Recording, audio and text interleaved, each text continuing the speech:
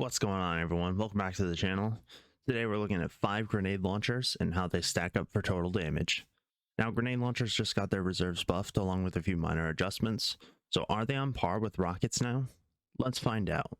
For this showcase, we're using Tether, Well, triple ammo reserves, and triple surge mods. The first grenade launcher we're looking at today is the Interference, sold from Xur currently. You can check out our Xur coverage in the link in the description below. The roll we're using is hard launch, high velocity rounds, clown cartridge, and full court. As you might quickly be able to tell, this was not the best showcase for damage, as I forgot that the rocket will run up to you during damage, which will mess up full court. If you're not aware, max damage is 25% at like 50 meters or something like that, so you have to be stupidly far away. So it was kind of confirmed that I still won't ever use full court during damage. Thanks to the reserve boost, we were able to crack 1 million in damage still. So that being said, let's look at the next grenade launcher. Second grenade launcher we're looking at is Wendigo GL3, the Nightfall grenade launcher. Even though adepts still don't really like matter that much in this game, like you could probably do the same damage with a regular Wendigo if you can get it. The role we have is smart drift control, spike nades, field prep, and explosive light.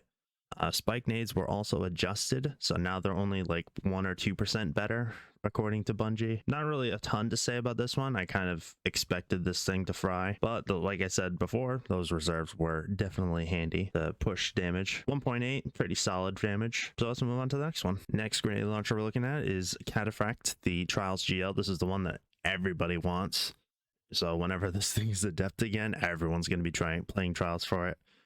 Even though bait and switch got nerfed to 30%, it still fries.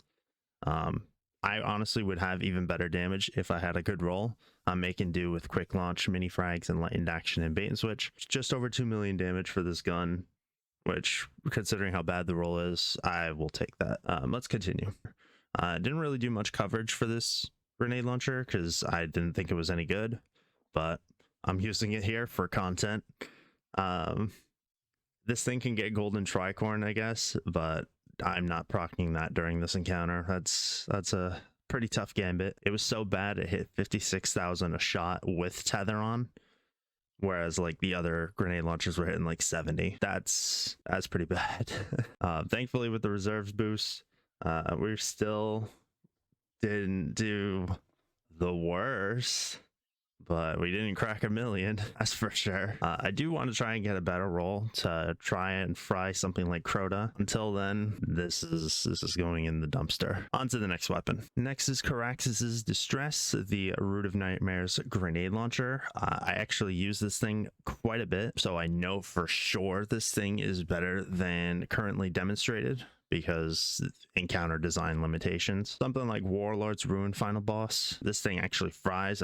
I've used this thing many times to do some dungeon helps. You know, with Warlord's Ruin, it's a very ad dense encounter, whereas this one, as you can see, we run all the way to the other side of the room in order to activate Surrounded. Role we're using is Smart Drift Control, Spike Nades, Envious Assassin post nerf, and Surrounded. Grenade launcher can now hold 35 nades, which is awesome. Big believer in this GL for future raid helps, which I do over on the stream, link in the description. Almost 1.5 million, even though we were running for the first like 10 seconds of damage. I'll take that. Let's continue. The last grenade launcher we're showcasing today is Regnant, the craftable Season of Defiance grenade launcher. Out of all the grenade launchers, I knew this one and Cataphract would perform the best. Role we're using is quick launch, spike nades, envious, and explosive light. Something that slightly skewed the test. I was able to reproc explosive light during damage, so we killed the ogre. And because I didn't want to go all the way back and get another ogre CP, I just went and joined a Tanic CP in order to get the footage for this test. But the damage values are pretty similar, so I figured it's worth holding on to. It did perform great in both encounters. I have 2.2 million during Tanics. I would wager it's around that or better for the ogre, considering it died. Solid grenade launcher, and I kind of figured it would be. So how did grenade launchers do? I'd say they're right around rockets right now in total damage. In past rocket tests I've done with the Grasp Ogre, I've hit around 1.2 to 2.2 million in total damage, depending on the roll. And 3 out of 5 grenade launchers hit somewhere in that ballpark. Only thing that I could clearly say rockets do better than grenade launchers at this point is Wolfpack rounds. Hopefully this can shake up the meta going into final shape, but that'll be it for this video. Thank you so much for watching. Make sure to like, comment, and subscribe, and we'll see you in the next video. Peace.